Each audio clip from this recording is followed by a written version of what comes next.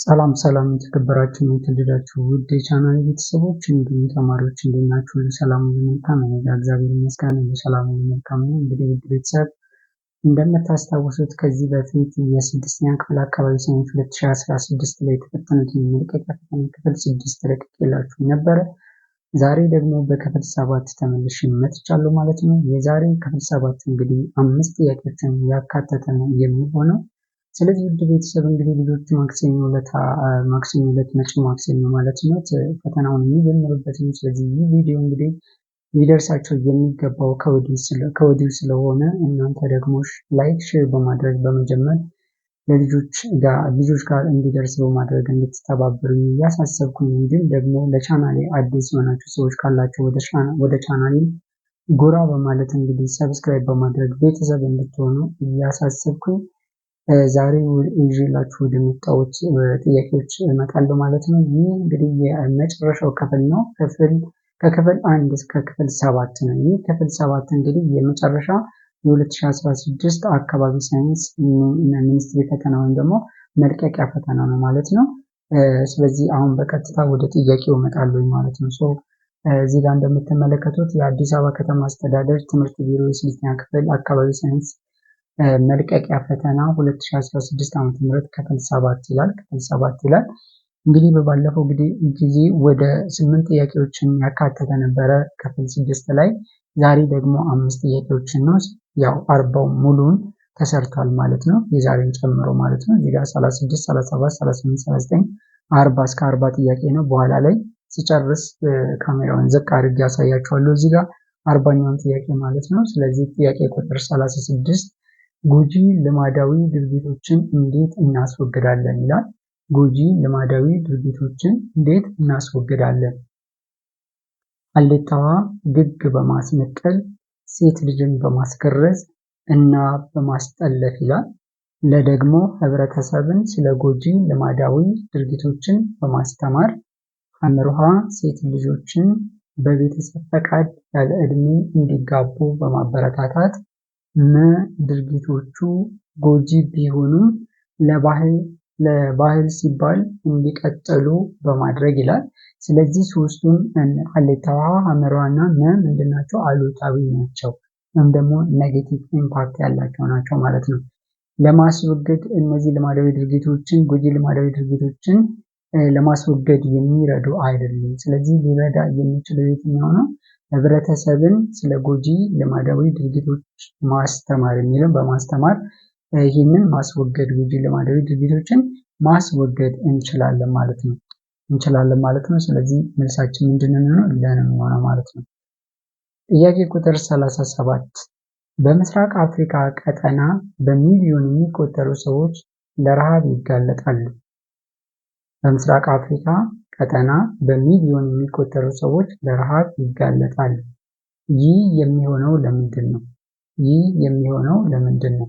ሀሌታዋ በቀጠናው ያልተለመደ የዝናብ እጥረት በመኖሩ፣ የቀጠናው ህዝብ በመስኖ ጥገኛ በመሆኑ፣ ሐመርሃ የቀጠናው አብዛኛው ቦታዎች ከፍታማ በመሆናቸው፣ ድርቅና ረሃብ በቀጠናው ያልተለመዱ ክስተቶች ናቸው።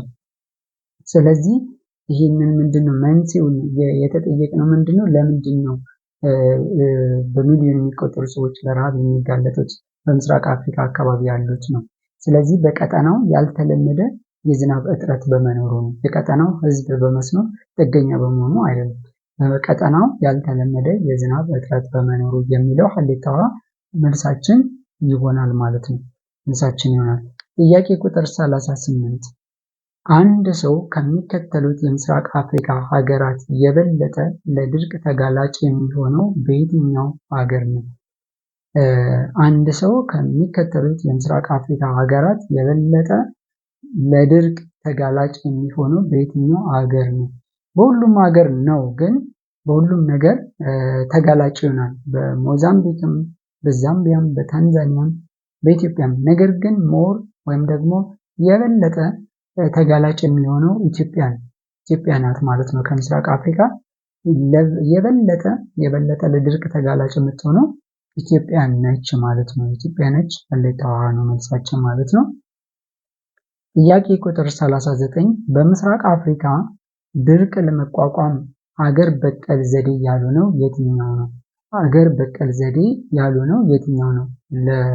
በምስራቅ አፍሪካ ድርቅን ለመቋቋም አገር በቀል ዘዴ ያልሆነው የትኛው ነው? ያልሆነው ነው የሚለው እችን ነው የምንመለከተው ማለት ነው። ያልሆነው ነው የሚለው ስለዚህ ያልሆነውን የምንመርጠው። ሀሌታ ውሃ ዱቄት ጤፍ ማምረት ማለትም ቶሎ የሚደርሱ ወደ 4 ወር ብቻ የሚፈጅ ማለት 40 ቀን ብቻ የሚፈጅ የሰብል አይነት ነው የዱቄት ጤፍ የሚባለው። ዱቄት ጤፍን ማምረት ለእህልን በቤት ጣራ ጭስ ላይ መስቀል ይህም ነው።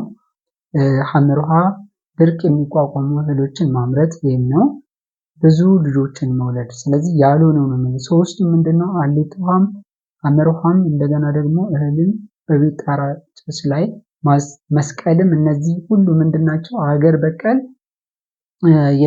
ድርቅን ለመቋቋም የሚረዱ ሀገር በቀል ዘዴዎች ናቸው ማለት ነው። ከማን በስተቀር ማለት ነው? ብዙ ልጆችን መውለድ ከሚለው ይሄ አብሮ የሚሄድ አይደለም፣ ይሄ አሉታዊ ነው ማለት ነው። ለዚህ መልስ አይሆንም ማለት ነው። ሀገር በቀል ዘዴ ያልሆነው የትኛው? ይሄ ብዙ ልጆችን መውለድ የሚለው ሀገር በቀል ዘዴ አይደለም፣ ወይም ደግሞ ድርቅን ለመቋቋም የሚረዳ ዘዴ አይደለም፣ ሀገር በቀል ዘዴ አይደለም ማለት ነው። ስለዚህ ከነዚህ በተጨማሪ ደግሞ ብዙ እጽዋትን በመትከል ይህንን ድርቅ መቋቋም እንችላለን ማለት ነው። ስለዚህ መልሱ ያልሆነው የሚለው ምንድነው? መ ነው ማለት ነው። ብዙ ልጆችን መውለድ የሚለው ከዚህ ጋር ምንም አያገናኝም ማለት ነው። እንደውም ለድርቅ አንዱ መንስኤ ሊሆን ይችላል ብዙ ልጆችን መውለድ ማለት ነው። ጥያቄ ቁጥር 40 ስለ ድርቅና ረሃብ ጽንሰ ሐሳብ ትክክል የሆነው የትኛው ነው? ስለ ድርቅና ረሃብ ጽንሰ ሐሳብ ትክክል የሆነው የትኛው ነው? ሀሌታ ውሃ ድርቅና ረሃብ ግንኙነት የላቸውም? ነው አላቸው። ድርቅና ረሃብ ግንኙነት የላቸውም ይላል፣ አላቸው። ስለዚህ ይህ መልስ አይሆንም፣ ትክክል አይደለም ማለት ነው። ረሃብ ድርቅን ያመጣል፣ ረሃብ ድርቅን አይመጣል። ድርቅ ረሃብን ያመጣል እንጂ ረሃብ ድርቅን አያመጣም። እዚህም ትክክል አይደለም ማለት ነው። ድርቅ ለረሃብ መንስኤ ነው፣ ድርቅ ለረሃብ መንስኤ ነው። ረሃብና ድርቅ የህፃናትን እድገት ያዳብራሉ። በተቃራኒ ነው እንደውም ረሃብና ድርቅ የህፃናትን እድገት ያቀጭጫሉ እንጂ አያዳብሩም። ስለዚህ ይህም ትክክል አይደለም። ትክክል የሆነው የትኛው ነው? ድርቅ ለረሃብ መንስኤ ነው የሚለው ሐመር ውሃ መልሳችን ይሆናል ማለት ነው። ስለዚህ እንግዲህ ውድ ቤተሰብ የዘንድሮ የ2016 የተፈተኑትን ጥያቄዎች ዘንድሮ እንግዲህ በዚህ መልኩ ጨርሻለሁ ማለት ነው። በሚቀጥለው እንግዲህ ደግሞ እንደዚሁ ይቀጥላል ማለት ነው። በክረምት እንግዲህ ሌሎች ነገሮችን እሰራለሁ። በዚሁ አጋጣሚ ለማሳሰብ የምፈልገው በክረምት ደግሞ የ10ኛ ክፍል፣ የ9ኛ ክፍል ማትስ እንዲሁም ደግሞ ፊዚክስ እነዚህን እሰራለሁ እና በተለይ ተማሪዎች ፎሎ ብታደርጉኝ ወይም ደግሞ ወደ ቻናል ገብታችሁ አንዳንድ ነገሮችን እዛ ላይ የሰራኋቸውን ማትስ እነሱን ብታዩ ደግሞ ሞር ወደ እኔ ትመጣላችሁ ብዬ አስባለሁ። እስኪ እየገባችሁ እዩት። ስለዚህ በክረምት እንግዲህ ማትስ ላይ ነው ማተኩረው ማለት ነው። ማትስ እና ስፖክን እንግሊሽ ላይ አተኩራለሁ ማለት ነው። ስለዚህ ብትከታተሉኝ ወይም ደግሞ ፎሎ ብታደርጉኝ በቲክቶክ ላይም ፎሎ ብታደርጉኝ የተሻለ እውቀት ታገኛላችሁ ብዬ አስባለሁ እና እንግዲህ ስላዳመጣችሁን ስለተከታተላችሁን እጅግ አድርጌ አመሰግናለሁ። ለተማሪዎችም እንግዲህ መልካም የፈተና ጊዜ ይሁንላችሁ በማለት እንግዲህ የዛሬ ቪዲዮን በዚህ አበቃለሁ ማለት ነው። ቴንክ ዩ ሶ ማች